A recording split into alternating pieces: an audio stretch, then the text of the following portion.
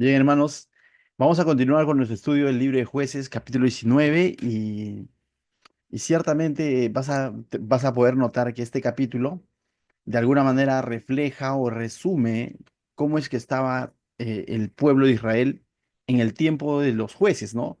Que es aproximadamente 400 años, dicen algunos estudiosos, ¿no? Entonces, pero estos capítulos te vas a dar cuenta de lo siguiente. Mientras todos los capítulos anteriores hemos visto a Sansón, Gedeón, diversos jueces, diversos personajes, y por lo general siempre nos daban nombre, ¿no? De la ciudad, del lugar, de la persona y todo lo demás. Pero estos últimos capítulos ya no nos detalla tanto el nombre de la persona.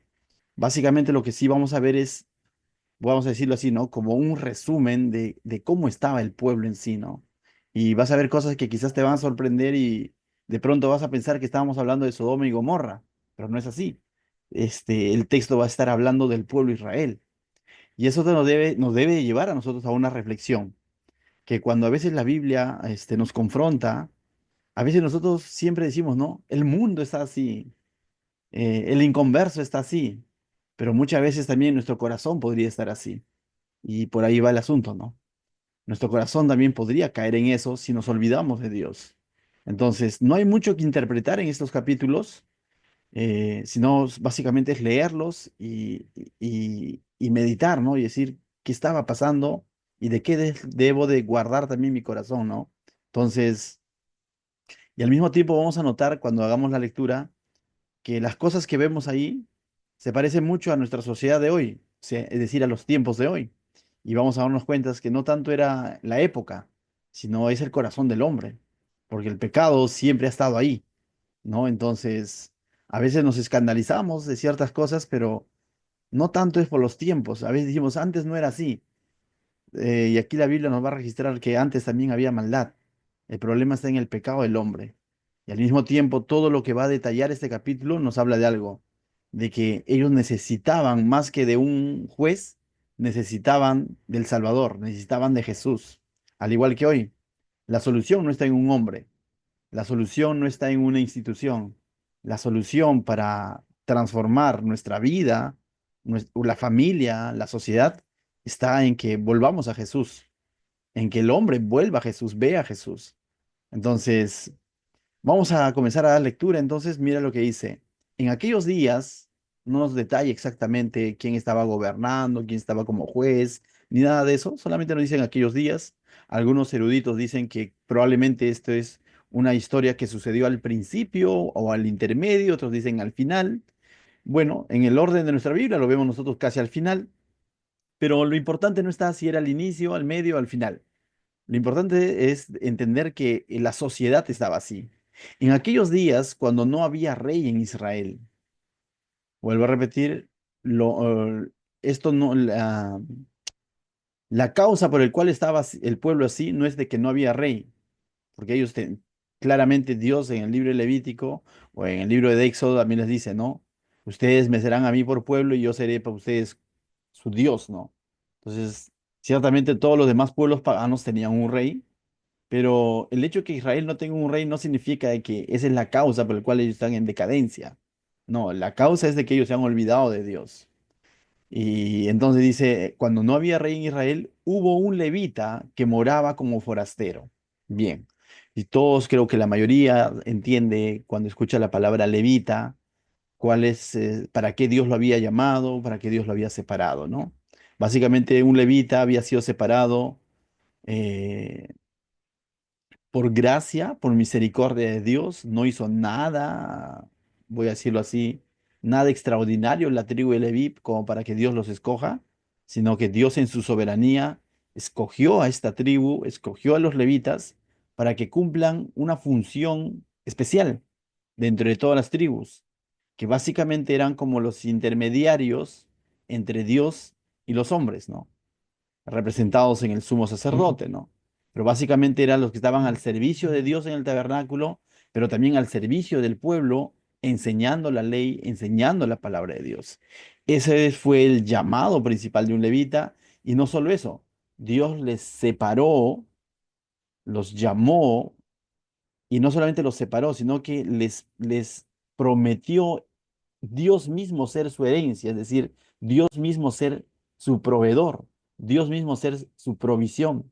Tal es así que vemos en el libro de Números que estratégicamente en diversas ciudades, en diversas tribus, les separó casas para los levitas, ¿no? Entonces, un levita era, voy a decir así, ¿no? Tenía un llamado especial para con Dios, una función que cumplir, pero también tenía todo un sustento, un respaldo de parte de Dios, ¿no? Entonces, pero aquí vemos a un levita que moraba, dice, como forastero. O sea, que hay algo que no está cuadrando. Si él es levita y hubiera estado cumpliendo su función, tendría un lugar donde habitar y tendría una función que cumplir. Pero este levita está como forastero, ¿no? Forastero era como que estaba sin un lugar fijo, estaba como vagabundo, es decir, no estaba cumpliendo su función. Y vamos a ver que vamos a decir, la primera característica entonces de este levita es de que él no está cumpliendo su función. Y esto va a acarrear muchas otras cosas, ¿no? Y esta historia me recordó bastante a lo que vemos en, en el libro de Samuel con el rey David, ¿no? Dice que cuando era tiempo en el que los reyes iban a la batalla, el rey David no fue, ¿no? Y te das cuenta que el hecho de no estar involucrado, cumpliendo la voluntad de Dios, el llamado de Dios, a Rey David le trajo consecuencias, ¿no? Finalmente él termina cometiendo adulterio y luego un asesinato, voy a decir así, intelectual, ¿no? Manda a matar a Urías. Entonces, mis hermanos, cuán importante es constantemente preguntarnos, orar, decir, Dios, ¿estoy haciendo tu voluntad? ¿Estoy cumpliendo a lo que tú me has llamado? Porque cuando no estamos haciendo las cosas del Señor, no estamos cumpliendo su voluntad, entonces estamos cumpliendo la voluntad probablemente de alguien más o de nuestro propio corazón. Cuando no estamos involucrados en la agenda del Señor, nos vamos a involucrar en la agenda de este mundo o de nuestras propias pasiones, de nuestros propios deseos. La idea es estar ocupados, pero ¿en qué? ¿En mis propias pasiones? ¿En mis propios planes? ¿O en los planes del Señor? Entonces vamos a ver a este levita, que hubo un levita, dice que moraba como forastero en la parte más remota del monte de Efraín. ¿Qué hacía ahí este levita, no? El cual había tomado para sí mujer concubina de Belén de Judá. Y acá vemos otro detalle, que este levita había tomado una mujer como concubina. Como hombre de Dios, él debía de ser un ejemplo en medio de la sociedad. Y lo que Dios había instituido era el matrimonio. Ciertamente también se daba el concubinato, pero no necesariamente porque Dios lo había establecido así. Ese es a causa del corazón del hombre, que de pronto entraban en una relación de concubinato, era como una relación marital no formal como un matrimonio, ¿no? La concubina no tenía los mismos derechos ni deberes que la esposa, por ejemplo, ¿no? Pero este levita, siendo un hombre de Dios, llamado por Dios, está en concubinato, ¿no? Hoy en día podríamos llamarlo quizás convivencia, ¿no? O unión libre, qué sé yo, ¿no?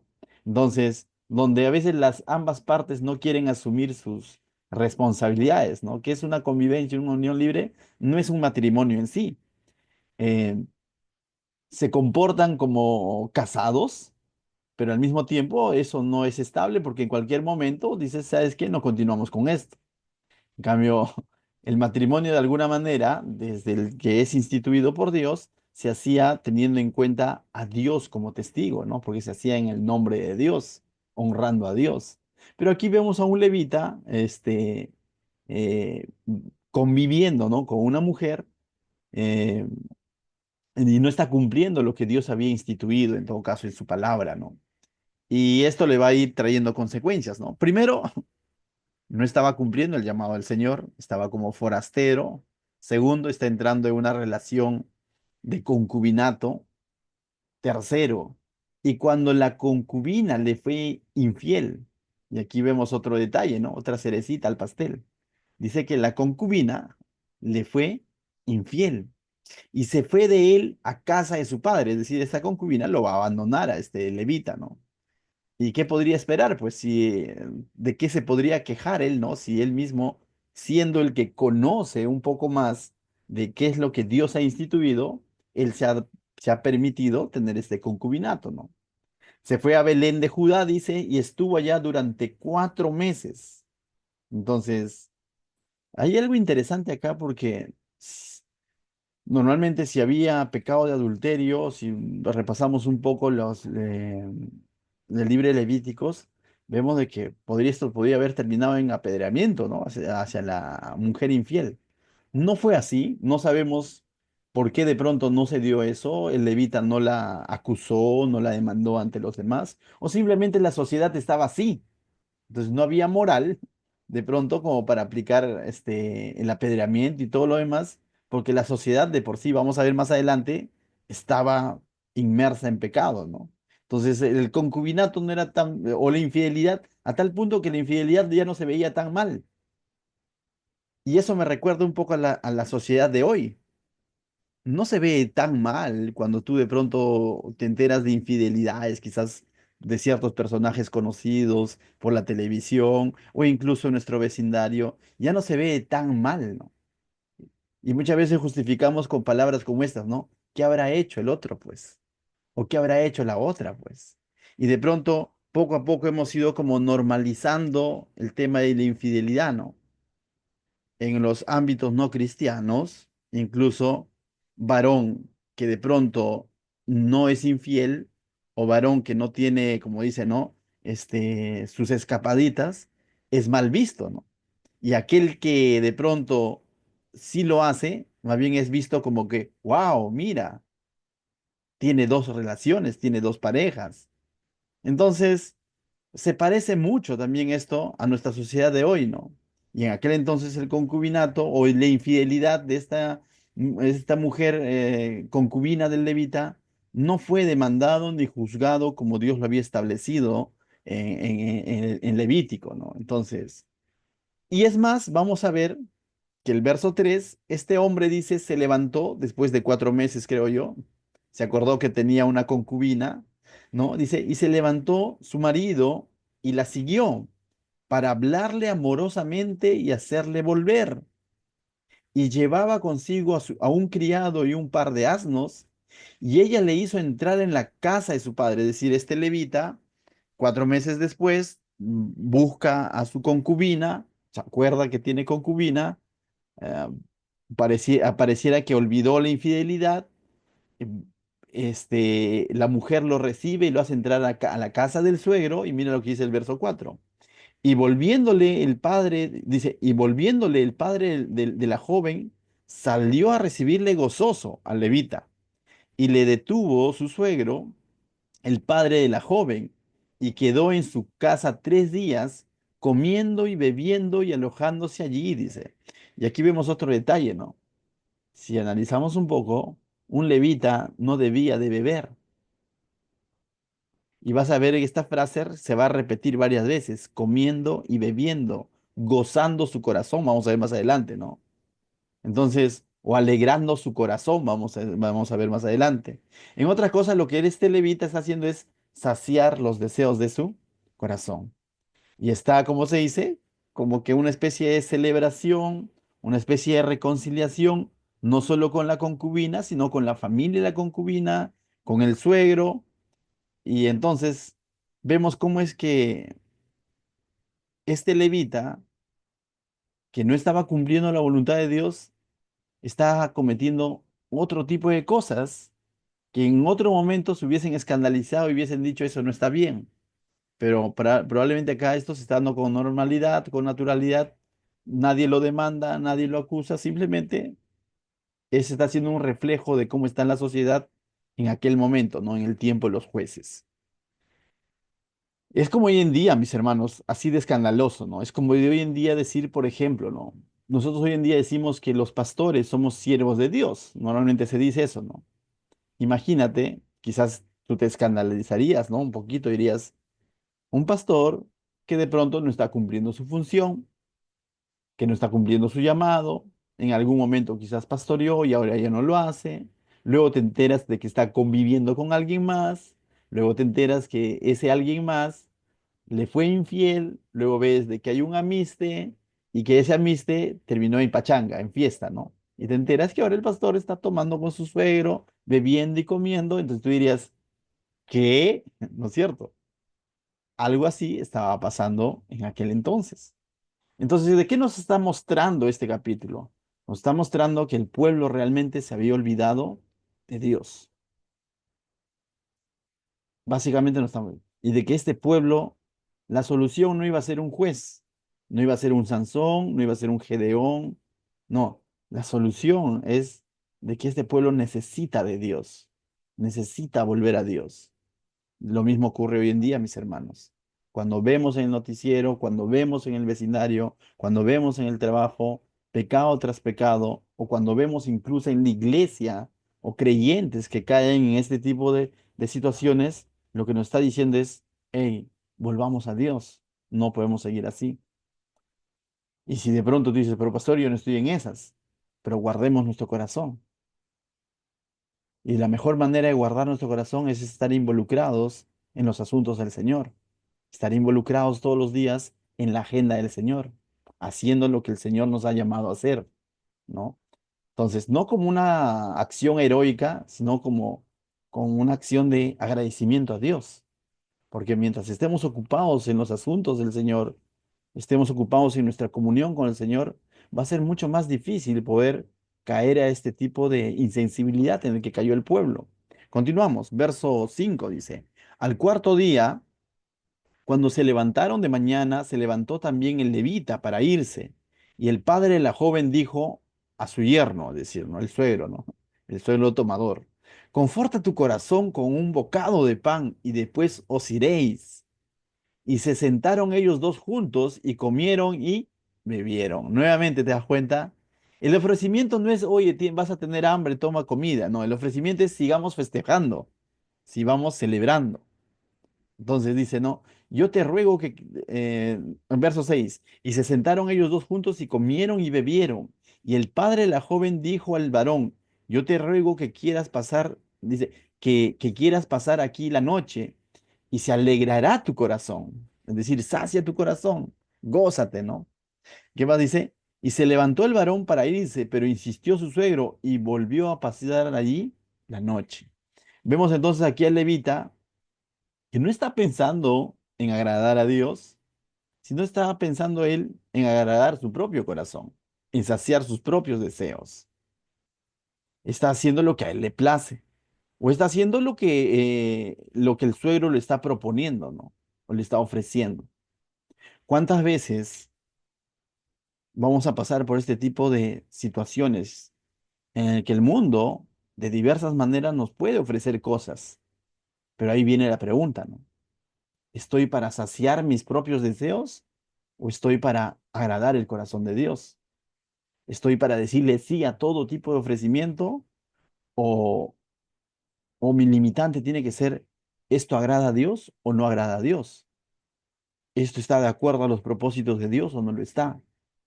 Es una de las preguntas que constantemente debemos hacernos cuando vienen ofrecimientos de parte del mundo, ¿no? Y cuando digo el mundo puede ser amigos, compañeros de trabajo, compañeros de negocios, familiares. Y ese es un momento en el que justamente debemos decir, Señor, ¿esto te agrada? ¿Esto es de agrado para ti? Más que pensar si me gusta o no me gusta, ¿no? Entonces, más que evaluarlo en nuestros propios criterios, no, pues que para mí no está mal. Más, no tanto es si para mí está bien o mal, no tanto es si a mí me gusta o no me gusta, sino si lo que se me está proponiendo agrada a Dios o no agrada a Dios. ¿Me mantiene en la agenda del Señor o me vas a desviar de la agenda del Señor? Y claramente vemos aquí este levita que está alegrando su corazón, tal como dice el texto, ¿no? Al quinto día, continúa, mira, día tras día está en esa, en ese, accediendo a ese ofrecimiento, ¿no? Al quinto día, levantándose de mañana para irse, le dijo el padre de la joven, conforta ahora tu corazón nuevamente y aguarda hasta que decline el día. Y comieron ambos juntos, ¿no? Pero ya sabemos de qué trataba ese comer juntos, ¿no? O sea, era comieron y bebieron, ¿no? Está de más decirlo. Entonces vemos cómo es que el levita nuevamente accede a la propuesta del suegro. Y en ningún momento ha puesto un alto de decir, esto no va más. Verso 9. Luego se levantó el varón para irse, él y su concubina y su criado. Entonces su suegro, el padre de la joven, le dijo, he aquí ya el día declina para anochecer. Pareciera que al suegro le gustaba celebrar, ¿no? Porque insiste tras insiste, insiste, ¿no? Te ruego que paséis aquí la noche. He aquí que el día se acaba. Duerme aquí para que se alegre tu corazón. Entonces te das cuenta que la propuesta nuevamente es que sigan haciendo lo que venían haciendo día tras día, ¿no? Comieron y bebieron, que se alegre tu corazón. Y mañana os levantaréis temprano a vuestro camino y te irás a tu casa, le dice, ¿no? Como que, bueno, volverás a donde, de donde viniste, ¿no? Y aquí vemos, pareciera que el hombre recapacita, el levita, pero vamos a ver, no del todo. Mas el hombre no quiso pasar allí la noche, sino que se levantó y se fue y llegó hasta en frente de Jebús, que es Jerusalén, con su par de asnos ensillados y su concubina. Entonces, esta noche, en esta ocasión, ya el levita decide decirle no a la propuesta del suegro y continuar su viaje, ¿no? Y llegan, dice, llegan al frente de Jebús, que es Jerusalén. Es decir, cuando ellos estaban ahí en Jebús, aún este lugar llamado Jerusalén aún no era la capital de Judea, como luego más adelante se lo va a conocer, porque todavía este lugar va a estar poblado por jebuseos. Y es interesante porque aquí vemos al mismo tiempo que el pueblo como tal no había obedecido las indicaciones que Dios había dado. Cuando nosotros vamos al libro de, de Josué, vemos que la indicación era de que ellos conquisten todas estas tierras y erradiquen a todas estas personas de ese lugar.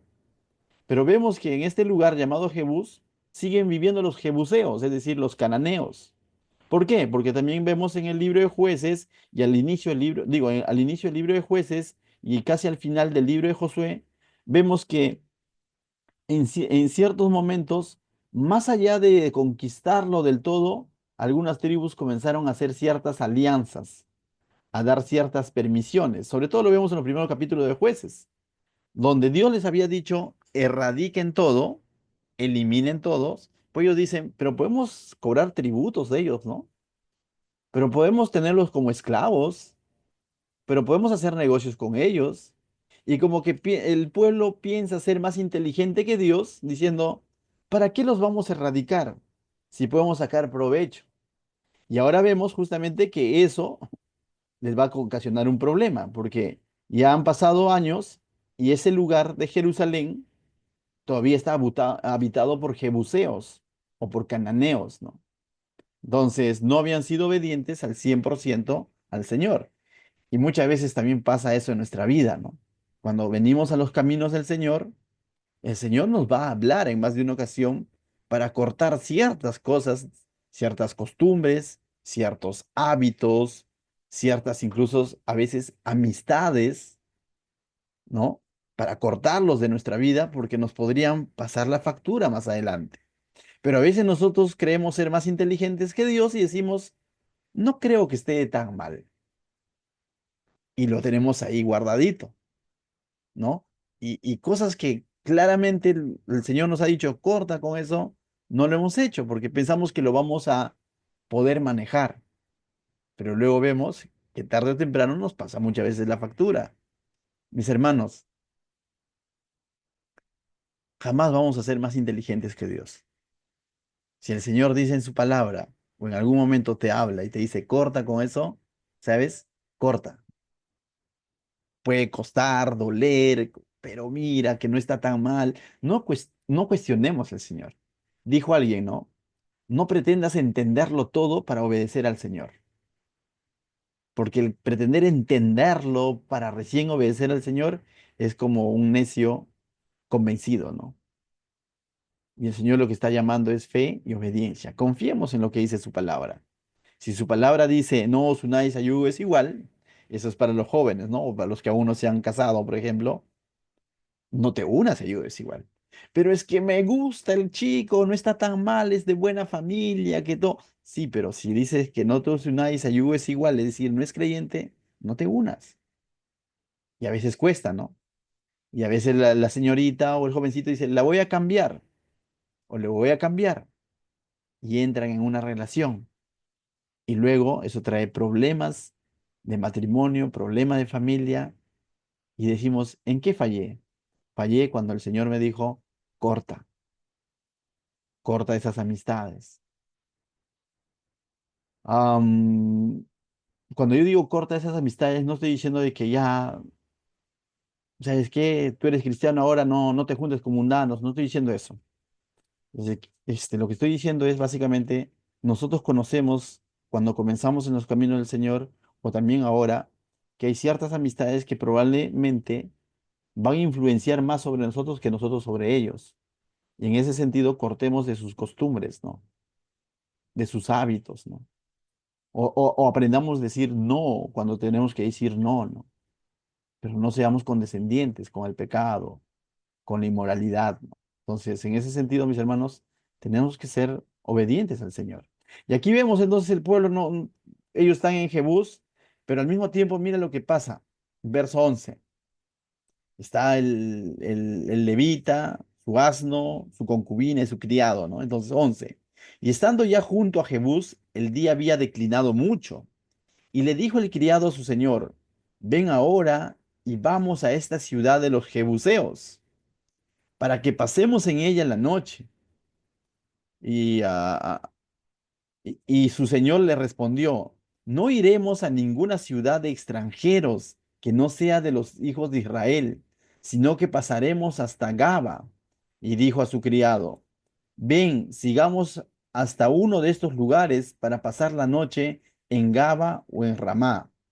Y es interesante porque yo me puse a pensar en este texto, en estos tres versículos. Decía, este levita, definitivamente hasta donde hemos visto, no estaba cumpliendo la voluntad de Dios, estaba teniendo una relación informal de concubinato, su concubina le había sido infiel, él se acordó que tenía concubina, 4 meses después va, lo busca y eso termina en una celebración con el suegro, comienza a beber, a celebrar cosas que para él no le era permitido, como levita que es decir, está fuera de lugar este levita, pero al mismo tiempo veo que está cuando leo estos tres versículos y él dice, no, no vamos a entrar a ciudad de extranjeros, veo como que está tratando de aguardar una apariencia de santidad y eso se llama religiosidad, ¿no?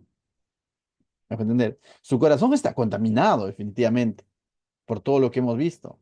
Pero sin embargo, vemos que el criado le dice, no, no vamos a entrar a ciudad de extranjeros, como que sea su lugar, ¿no? Mis hermanos, a veces el pecado es así. Muchas veces el pecado nos vuelve religiosos. Y cualquier acción podríamos convertirla en religiosidad.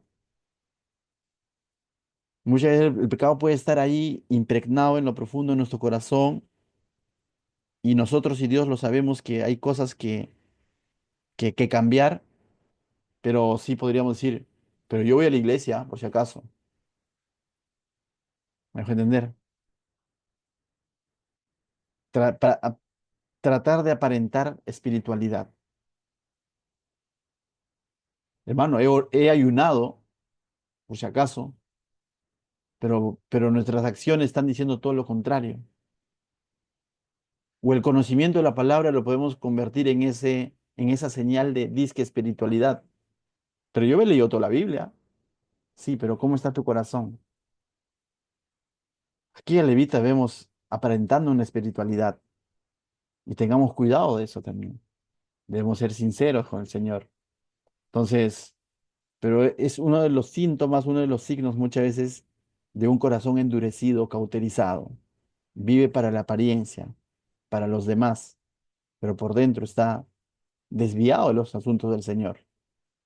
Entonces, mis hermanos, con esto lo que te quiero decir es, no se trata nada más de las cosas que estás haciendo para Dios o de que si estás congregando o no, si estás leyendo o no, si estás orando o no, si estás sirviendo o no, sino cómo está tu corazón en el día a día, en el 24/7, cómo está nuestra mente. ¿Está en paz para con Dios? No estoy hablando de perfección, pero constantemente estamos buscando estar metidos en la agenda del Señor, o de lunes a viernes estamos en nuestra propia agenda y sábado domingo lo convertimos en religiosidad. Si es así, yo creo que el Señor nos está diciendo, así no es. No vivamos por la apariencia. Verso 14. Dice, pasando pues caminaron y se les puso en el sol junto a Gaba, que era de Benjamín. Entonces, lógicamente no entran a esa ciudad, pero llegan a otra ciudad llamado Gaba, donde vivían los de la tribu de Benjamín, ¿no? Que era de Benjamín. Y se apartaron del camino para entrar y pasar allí la noche en Gaba. Y entrando se sentaron en la plaza de la ciudad, porque no hubo quien los acogiese en casa para pasar la noche. Realmente esto no era normal. ¿Por qué? Porque el Señor ha llamado a un pueblo para que el pueblo sea hospedador. Una de las características que debía de tener el pueblo de Israel, todas las tribus, el ser hospedadores. Cuando nosotros vemos nuevamente el libro de Levítico, Deuteronomio, de Éxodo, Josué, vemos que constantemente incluso Dios legislaba a favor, incluso hasta de los siervos, de los esclavos, ¿no? Siempre estaba al pendiente, hasta de los pobres, ¿se acuerdan? Y de su cosecha, no cosecharán todo y dejarán para lo que los pobres tengan que comer. O sea, vemos que el Señor tuvo cuidado de su pueblo porque la sociedad de por sí, todas los demás cananeos estaban podridas. Y Dios, si bien es cierto, no erradica la esclavitud, pero la regula de tal manera que cuida de que incluso el siervo tenga un lugar donde ser hospedado y no quede en desamparo, la viuda, los huérfanos. Entonces Dios, de alguna manera, legisló para que su pueblo sea un pueblo hospedador. Pero aquí vemos nuevamente una muestra de frialdad total. Porque cuanto más si él era levita, debía de haber sido acogido, ¿no? Pero dice este levita, el verso 15, y se apartaron del camino para entrar y pasar allí la noche en Gaba, y entrando se sentaron en la plaza de la ciudad, porque no hubo quien los acogiese en la casa para pasar la noche. Por un lado, uno podría decir, bien ganado se lo tiene, ¿no? Si no está cumpliendo la voluntad del Señor, no está cumpliendo su función, que es enseñar al pueblo, qué sé yo, uno podría decir, bueno, ¿quién le va a dar hospedaje, no? Pero por otro lado también habla del pueblo, ¿no? De que no había no estamos hablando de un extranjero, estamos hablando de alguien que era del mismo pueblo, es un levita. Y fácilmente ellos podían identificar que él era un levita, ¿no? Pero así estaban, pero así estaban. Y es triste, ambos tienen responsabilidad, el levita y que también el pueblo, cuanto más cuando Dios les ha dado todo, pero aquí vemos nuevamente una muestra de frialdad de ambas partes, ¿no? El pueblo estaba insensible también. Entonces, verso 16. Y he aquí un hombre viejo que venía de su trabajo del campo al anochecer, el cual era del monte de Efraín, y moraba como forastero en Gaba, pero los moradores de aquel lugar eran hijos de Benjamín. Entonces, no son paganos, son del pueblo de Israel, pero no le han dado hospedaje a ese levita, ¿no? Y alzando el viejo los ojos, vio a aquel caminante en la plaza de la ciudad, entonces ve al levita, y le dijo, ¿a dónde vas y de dónde vienes? Y él respondió, pasamos de Belén de Judá a la parte más remota del monte de Efraín, de donde soy. Es decir, resultó ser paisano con el viejo, ¿no? Porque ambos son del monte de Efraín, de donde soy. Y había ido a Belén de Judá, ¿a qué? A llamar a su concubina, ¿no es cierto? Donde se quedó celebrando ahí con el suegro. Mas ahora voy a la casa de Jehová y no hay quien me reciba en casa, ¿no? Entonces, la pregunta es, ¿por qué? Dos motivos, porque él no está cumpliendo la voluntad de Dios, de lo contrario, Dios había ofrecido el ser su herencia para los levitas, el ser su sustento, pero este levita está totalmente fuera de la agenda del Señor. Y por otro lado, nos muestra a este pueblo que no tiene ni noción de lo que Dios los ha llamado a ser, ¿no? Un pueblo hospedador. Entonces dice 19, pero al mismo tiempo vamos a ver cómo es que él se muestra también, ¿no? 19, nosotros tenemos paja y forraje para nuestros asnos, y también tenemos pan y vino para mí y para mi sierva. y para el criado que está con tu siervo. Y cuando dice para mí, para tu sierva, ¿no? Y para el criado que está con tu siervo, no nos hace falta nada. Pregunto yo, ¿realmente a este levita no le faltaba nada? Le faltaba a Dios, le faltaba restablecer su comunión con el Señor, pero él cree que no le falta nada. Cuando a veces estamos haciendo nuestra propia voluntad, aparte de que nos vamos a meter en pecado tras pecado, también una de las síntomas del pecado es de que nos va a volver insensibles y nos va a hacer mostrar como que no nos faltará nada, y cuando en realidad nos falta todo. Nos falta volver a Jesús, nos falta volver a Dios, pero de eso se encarga el pecado, ¿no? De hacernos pensar que no nos falta nada, cuando en realidad estamos desamparados porque nos hemos olvidado de Dios. Y es algo que debemos tener cuidado, mis hermanos. Yo suelo preguntar a las personas que a veces sean hermanos o qué sé yo, ¿qué tal? ¿Cómo estás? Y a veces sé que tienen cierta necesidad, no me refiero material nada más, sino a veces emocional, a veces espiritual, a veces de consejo. Y entonces mi manera de introducir es decirle, no, hola, ¿qué tal? ¿Cómo estás? Ya sea por escrito, ya sea verbal o una llamada, pero como que es una pregunta como para aperturar el corazón de la persona, ¿no? Y quizás poder ayudar en oración, qué sé yo, o en consejo. Pero es triste cuando a veces es evidente que necesita ayuda, pero te dice, estoy bien, necesitas algo, ¿se te puede ayudar en algo? No, todo bien. ¿Cómo podríamos de pronto resumir en una palabra? Orgullo. Y cuidemos de eso, mis hermanos.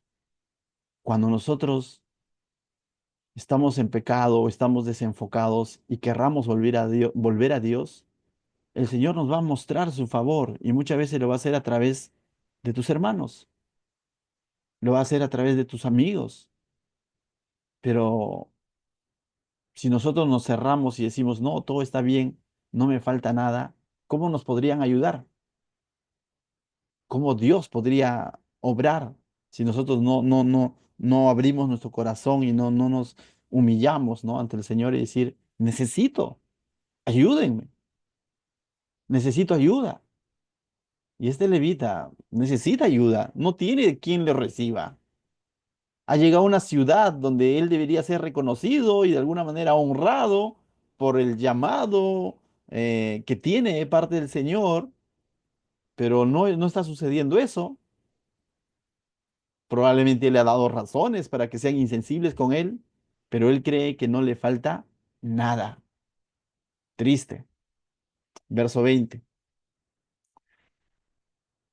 El hombre anciano dijo, paz sea contigo, tu necesidad. El hombre anciano ve de que este levita necesita, a pesar de que él de boca para afuera está diciendo, no me falta nada. El hombre anciano le dice, paz sea contigo, tu necesidad todo quede solamente a mí cargo, con tal que no pases la noche en la plaza. Y de pronto el anciano le ofrece ayuda, ¿no? Y los trajo a su casa y les dio de comer a su asno y se levaron los pies y comieron y bebieron. Pero hasta ahí, a mí yo dije, ya, ¿no? O sea, como que pareciera que ahora va a experimentar el favor de Dios, pero luego dice, y comieron y bebieron. Cuando de pronto el levita era llamado, vuelvo a repetir, ¿no? A no practicar el tema de la bebida, ¿no? Pero él vemos que él come y bebe con naturalidad, cuando pudo haber dicho no al anciano, gracias por el hospedaje, pero no bebo. Yo te digo esto porque vas a ver que las cosas van a empeorar nuevamente. Se dice, nuevamente vamos a ver al levita saciándose a sí mismo y no cumpliendo la función a cual Dios le había llamado. Verso 22. Pero cuando estaban gozosos, esa expresión, ¿no? O sea, entonces tú te das cuenta que es un comieron y bebieron, no es que están tomando agua de anís, simplemente están celebrando, ¿no? Comieron y bebieron y el levita le está haciendo con naturalidad. Pero cuando estaban gozosos, he aquí que los hombres de aquella ciudad, hombres perversos, ¿de qué ciudad? De la ciudad de Gaba, donde habitaban los benjamitas, ¿no? Los de la tribu de Benjamín. Dice que eran hombres perversos, rodearon la casa, golpeando a la puerta y hablaron al anciano dueño de la casa diciendo, saca al hombre que ha entrado en tu casa para que lo conozcamos. Y pongamos atención sobre esta palabra, conozcamos. Esta palabra conozcamos tiene que ver con intimar, con intimidad. ¿Qué? Y tú vas a decir, esto parece Sodoma y Gomorra. Verso 23. Y salió a ellos el dueño de la casa y les dijo, no, hermanos míos, os ruego que no cometáis este mal, ya que este hombre ha entrado a mi casa y no hagáis esta maldad. Entonces te das cuenta que este conozcamos, no es que querían conocerlo, entrevistarlo, sino lo que querían era intimar, tener relaciones con el levita. No estamos hablando de Sodoma y Gomorra, estamos hablando del pueblo de Israel, específicamente de la tribu de Benjamín. Y esto nuevamente es una muestra de que se habían olvidado de Dios. Pero eso debe de alertarnos a nosotros hoy en día como cristianos, como iglesia, que si nos apartamos de la voluntad de Dios, de la agenda del Señor y comenzamos a desarrollar nuestra propia agenda, podríamos justamente decaer a este tipo de situaciones que en algún momento tú dirías, jamás volvería yo a hacer eso, pero el pecado te va insensibilizando a tal punto que y a mí me duele a veces ver personas que en algún momento los vi congregando, algunos que incluso sirviendo, y de pronto cuando te enteras que ya están más fríos que los pingüinos, ¿no? En el sentido espiritual, y uno dice, ¿qué pasó? Y duele, pero eso nunca fue de noche a la mañana, mis hermanos, fue poco a poco. Y este pueblo está en decadencia, porque están haciendo lo mismo que sucedió en Sodoma y Gomorra. Mira lo que dice el anciano. Y he aquí, el anciano suplica, ¿no? Que no haga esa maldad, pero mira lo que ofrece el anciano. Entonces también vamos a ver en el anciano también otro insensible. He aquí mi hija virgen y la concubina de él. Yo os los sacaré ahora, humilladlas y haced con ellas como os parezca, y no hagáis a este hombre cosa tan infame. Vemos que la mujer no era valorada como tal y este anciano llega al punto, uno podría decir, bueno, está ofreciendo la concubina de este levita, del ajeno. No, el anciano está ofreciendo a su propia hija ante este grupo de hombres perversos que probablemente tenían tendencias homosexuales porque querían llegarse a un hombre, a un levita. Y el anciano no tiene ningún problema por ofrecer a su propia hija, ¿no? Entonces, no tenía ninguna estima por su hija. Pregunto yo, esto quizás como que nos podría escandalizar un poco, pero si te das cuenta, nuestra sociedad está igual hoy en día. No en el sentido quizás explícito, literal, pero está igual. Como cristianos, de alguna manera somos llamados a ser ese remanente de no caer en lo mismo. Muchas veces tú debes haber escuchado, ¿no? Conversaciones familiares, amistades, donde a veces están anhelando, dicen, no, que mi hija se case con un adinerado y la familia está gozosa. O se dejan llevar a veces por el título, ¿no? Con un ingeniero, con un doctor, con un abogado, pero no están pensando en decir que se case con un hombre que ame a Dios, ¿no? Nosotros como cristianos sí, de alguna manera tenemos que velar por nuestros hijos y orar por ellos para que la persona con el que ellos en algún momento formen una familia sean personas que temen a Dios, más allá de ver ah, la capacidad económica que puedan tener, la profesión que puedan tener. Una de las cosas que por lo que nosotros como padres debemos de orar por nuestros hijos es para que conozcan una persona que ama a Dios, que tiene temor de Dios.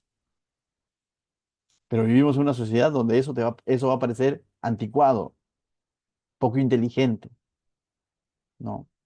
Me da mucho o me duele muchas veces en el colegio donde laboro, donde veo que cada vez más adolescentes ya están en una relación de enamoramiento, ciertamente como colegio, Nosotros podemos regular, decir dentro del colegio no permitimos eso, pero sí sabemos que fuera del colegio lo hacen con normalidad y tienen la autorización de sus padres.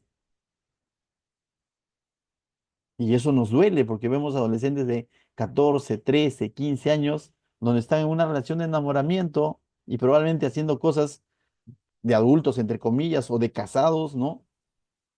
Y los padres lo saben. Y uno dice, pero ¿cómo puedes exponer a tu hijo, tu hija a practicar cosas que no son nada edificantes para ellos? Pero así de lamentable está nuestra sociedad, mis hermanos. Pero nosotros como cristianos, ¿también debemos amoldarnos a eso? No. Nosotros tenemos que ser justamente eh, la contracultura en ese sentido, ¿no? Pero bueno, esto se nos está mostrando cómo estaba el pueblo en que ese momento, ¿no? Entonces el anciano ofrece a la concubina, ofrece a su propia hija, y de ellas humíllenlas, pero a este hombre no.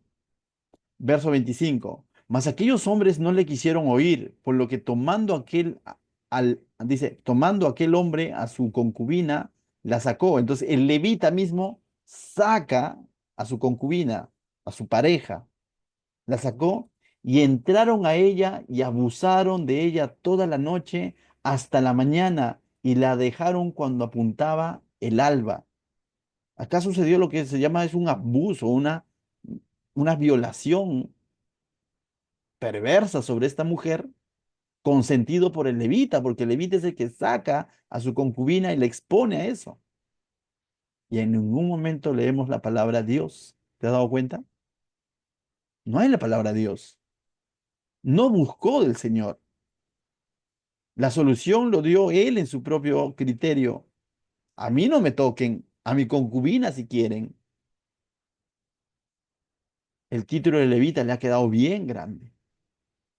Verso 26. Cuando ya amanecía, vino la mujer y se cayó delante de la puerta de la casa de aquel hombre donde su señor estaba, es decir, hasta que fue de día. Es decir, esta mujer fue abusada toda la noche, ¿no? Dice que hasta que apuntaba el alba, ¿no? No hizo nada por defenderla, más bien la entregó, ¿no? Mira el verso 27, la verdad a mí me vuela a la cabeza, dice, y se levantó por la mañana su señor, es decir, pudo dormir. Pues yo quisiera por un momento que metamos a la historia, ¿no?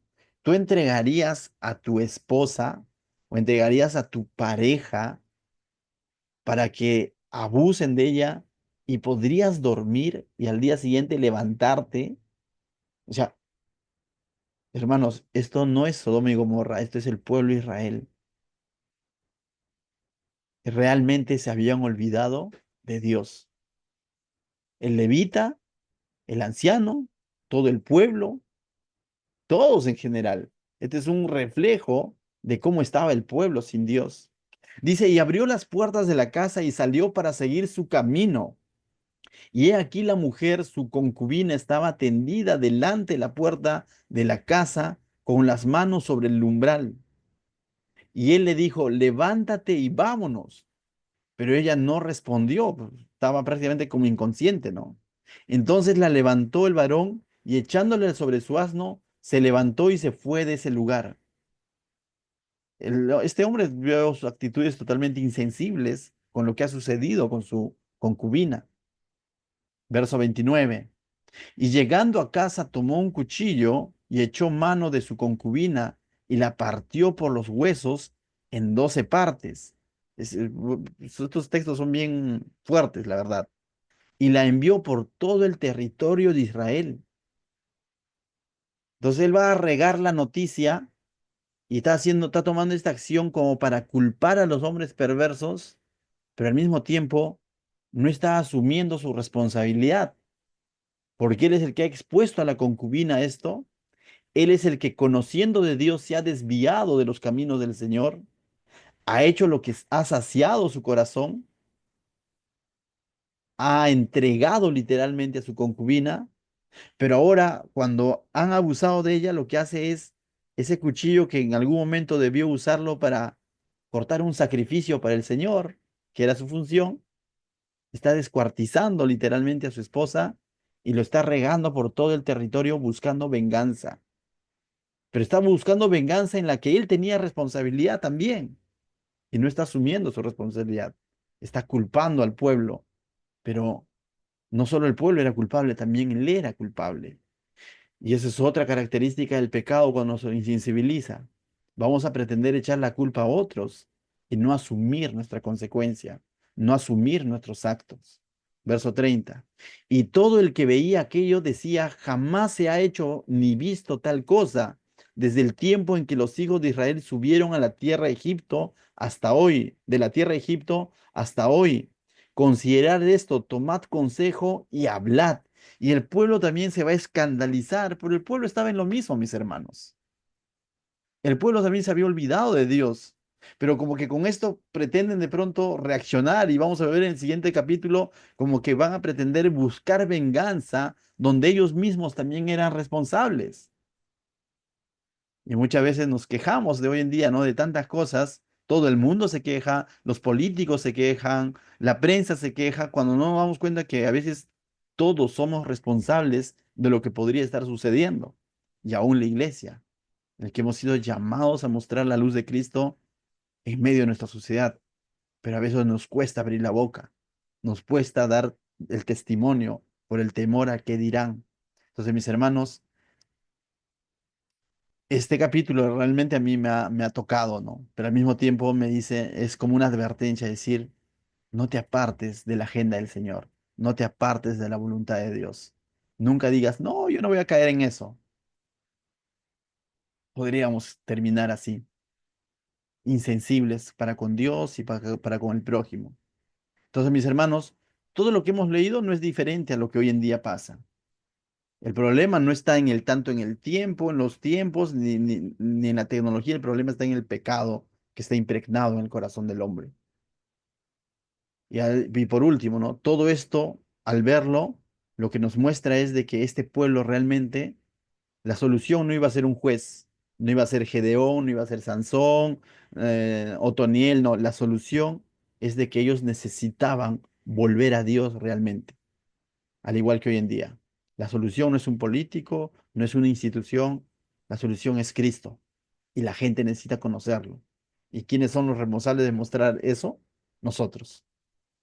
Y no quedarnos eh, callados, no esquivar a nuestro llamado, como lo hizo este levita, y terminó siendo parte de esta perversión en el que atravesó el pueblo de Israel, ¿no? ¿Qué tal lloramos?